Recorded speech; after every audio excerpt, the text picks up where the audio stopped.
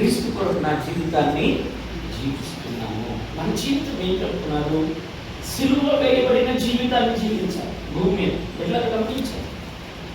సిలువలో ఆయన ఎలా సిలువ వేయబడ్డారో నేను కూడా సిలువ వెతుకోవడమే కాదు, నేను కూడా సిలువ వేశాను నన్ను అనే భావన మనకి కావాలి. సిలువ వేయబడ్డామా? సిలువ వేస్తారు, మనుషులు వేస్తారు. నాకు సిలువ వేయబడ్డారు. మనం అప్పట్లాం, ఏంది మనం సిలువ వేస్తున్నావా, ఏంది నువ్వు సిలువ వేస్తారు. అర్థమవుతుందా? సిలువ వేయాలి మనని, లేదా మనకి మనమే వేసుకోవడం కాదు. మనుషుల చేత సిలువ వేశారు యేసు ప్రభువుని, మనం కూడా వేస్తారు. వేస్తే సిలువని వేసిన వాళ్ళని ఏమన్నాడు ప్రభు? వేళతో అనిపోయినండి నాకెక్కదు, వేళతో అనిపోయినండి నాకు పడవ అనుకోడు. వాడు సిలువ వేసేవాడు. వాళ్ళే మనకు కావాలి. ఎందుకని? మన ఆయన్ని పోలి నడవాలి అంటే, ఆయన అడుగుల్లోకి వెళ్ళాలి అంటే, ఆయన సిలువ వేసి ఎలా సమాజానికి కనబడ్డాడో మనం కూడా అలా కనబడాలి. క్రీస్తు కొరకు నా జీవితాన్ని జీవిస్తున్నాను.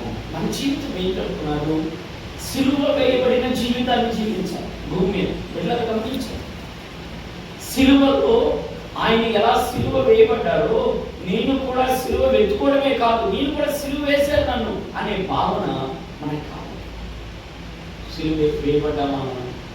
సిలువ వేస్తారు, మనుషులు వేస్తారు. నాకు సిలువ వేయబడ్డారు. మనం అప్పట్లాం, ఏంది మనం సిలువ వేస్తున్నావా, ఏంది నువ్వు సిలువ వేస్తారు. అర్థమవుతుందా? సిలువ వేయాలి మనని, లేదా మనకి మనమే వేసుకోవడం కాదు. మనుషుల చేత సిలువ వేశారు యేసు ప్రభువుని, మనం కూడా వేస్తారు. వేస్తే సిలువని వేసిన వాళ్ళని ఏమన్నాడు ప్రభు? వేళతో అనిపోయినండి నాకెక్కదు, వేళతో అనిపోయినండి నాకు పడవ అనుకోడు. వాడు సిలువ వేసేవాడు. వాళ్ళే మనకు కావాలి. ఎందుకని? మన ఆయన్ని పోలి నడవాలి అంటే, ఆయన అడుగుల్లోకి వెళ్ళాలి అంటే, ఆయన సిలువ వేసి ఎలా సమాజానికి కనబడ్డాడో మనం కూడా అలా కనబడాలి.